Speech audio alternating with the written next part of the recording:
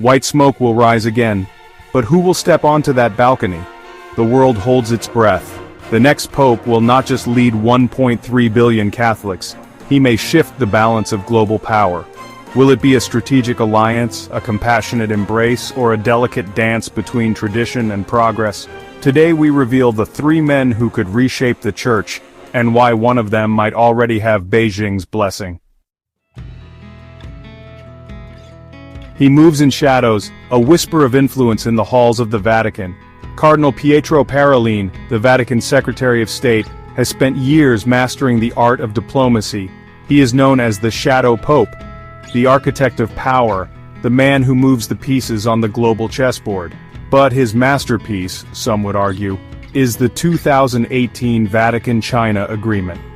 A controversial pact, it granted Beijing a voice in the appointment of bishops, a move that sent shockwaves through the Church.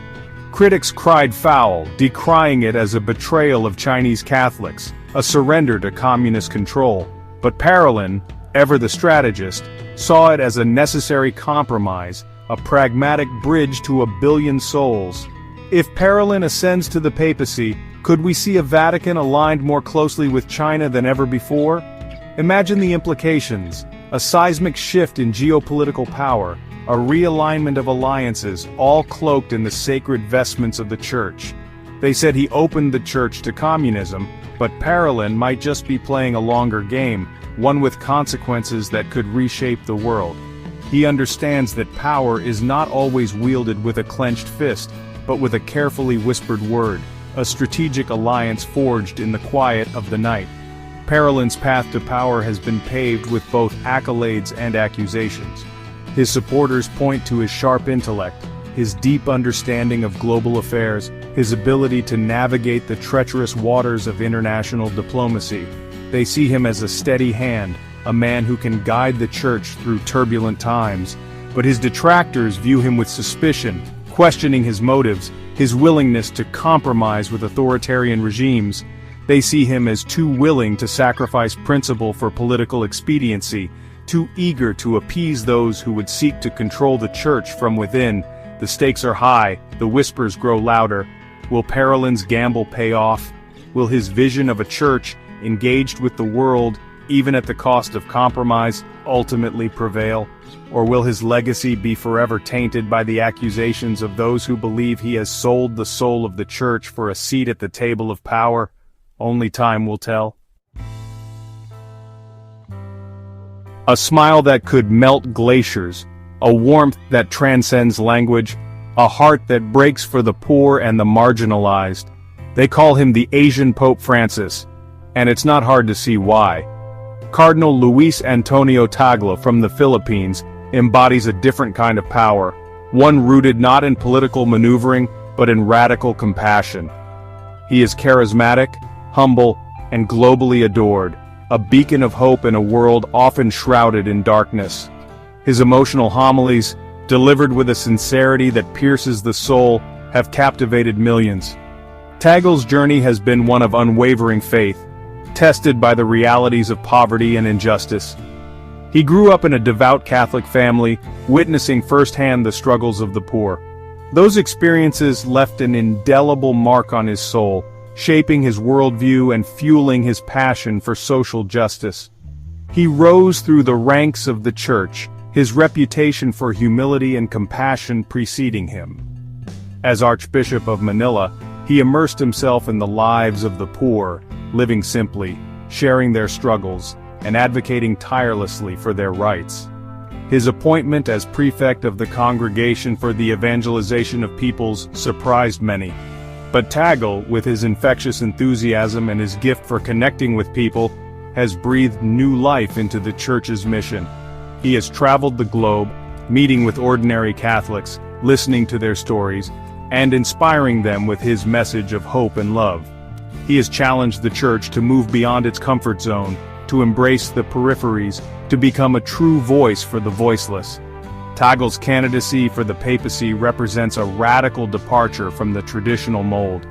He is the embodiment of the global Church, a man who understands the hopes and dreams of Catholics in Asia, Africa, and Latin America. His election would send a powerful message of inclusion and diversity, signaling a new era for the Church. But the question remains, is the Church ready for a pope who weeps at the pulpit, who speaks the language of the TikTok generation, who embraces social media as a tool for evangelization? Will Tagle's compassion outweigh the curious conservatism?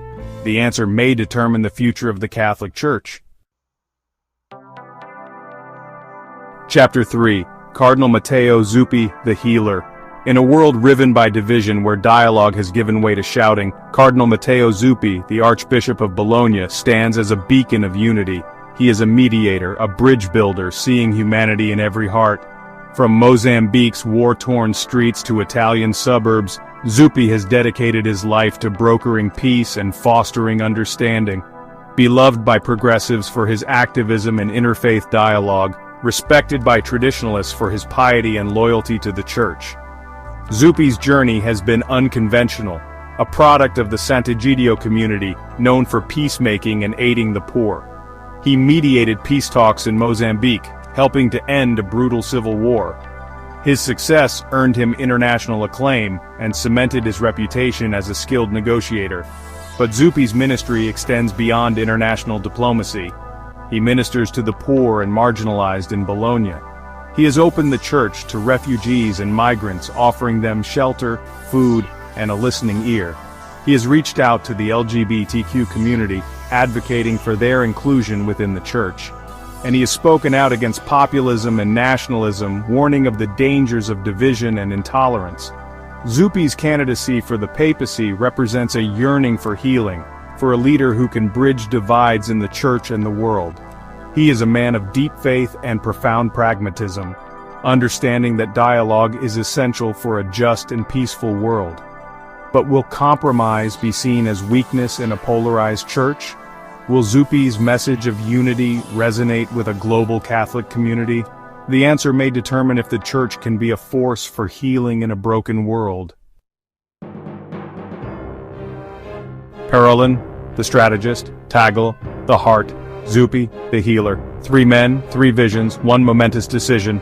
The weight of history rests on the shoulders of the cardinals as they gather in the Sistine Chapel, their votes shrouded in secrecy. The world watches, holding its breath, waiting for the white smoke to rise, a signal that a new era has begun. But only one will step onto that balcony, and the world will be watching. And if China's influence already reaches inside the Vatican, then the white smoke might not just signal a new pope, it could signal a new world order. Like and subscribe for more Catholic deep dives, and comment, who do you think should be the next pope?